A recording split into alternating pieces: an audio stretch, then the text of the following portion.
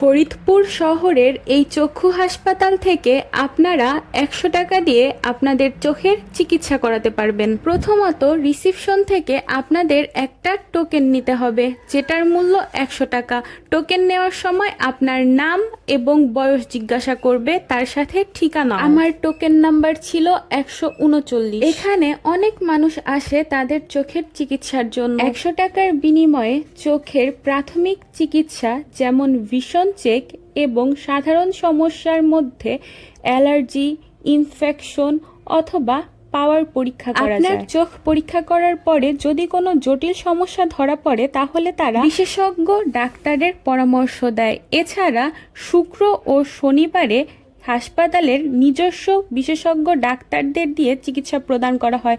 এছাড়াও ঢাকা থেকেও বিশেষজ্ঞ ডাক্তাররা এসে সেবা দান করে থাকেন। হাসপাতালের অন্যান্য সেবা ও কার্যক্রমের মধ্যে রয়েছে চোখের ছানি অপারেশন, গ্লুকোমা চিকিৎসা ও রিফ্র্যাক্টিভ ত্রুটির মতো মৌলিক সেবা এখানে নিয়মিত দেওয়া হয়। স্বল্প মূল্যের পাশাপাশি মাঝে মাঝে বিভিন্ন সমাজ কল্যাণ সংস্থা বা রোটারি ক্লাবের সহায়তায় এখানে বিনামূল্যে চোখের ছানি অপারেশন ও লেন্স সংযোজন ক্যাম্পও পরিচালিত হয়, যেটা ফরিদপুরবাসীর জন্য খুবই সুবিধাজনক। আপনারা কেউ যদি এই হাসপাতালে চিকিৎসার জন্য আসেন তাহলে টোকেন গ্রহণ করার পর রিসিপশন আছে ওই পাশে, অর্থাৎ আমার পেছনে।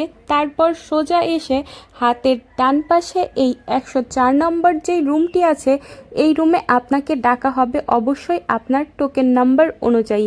আমার টোকেন নাম্বার ছিল 139।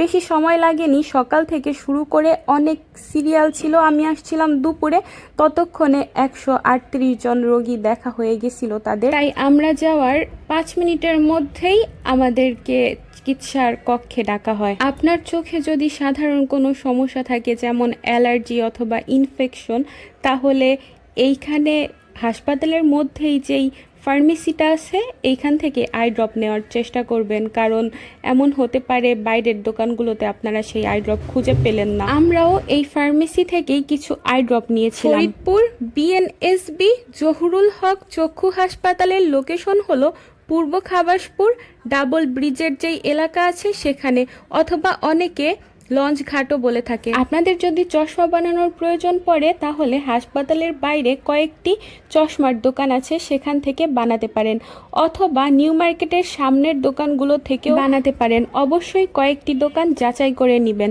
আজ এই পর্যন্তই, দেখা হবে পরবর্তী কোনো ভিডিওতে। আপনারা ভালো থাকুন, সুস্থ থাকুন এবং পদ্মাবতীর সাথেই থাকুন। ধন্যবাদ সবাইকে।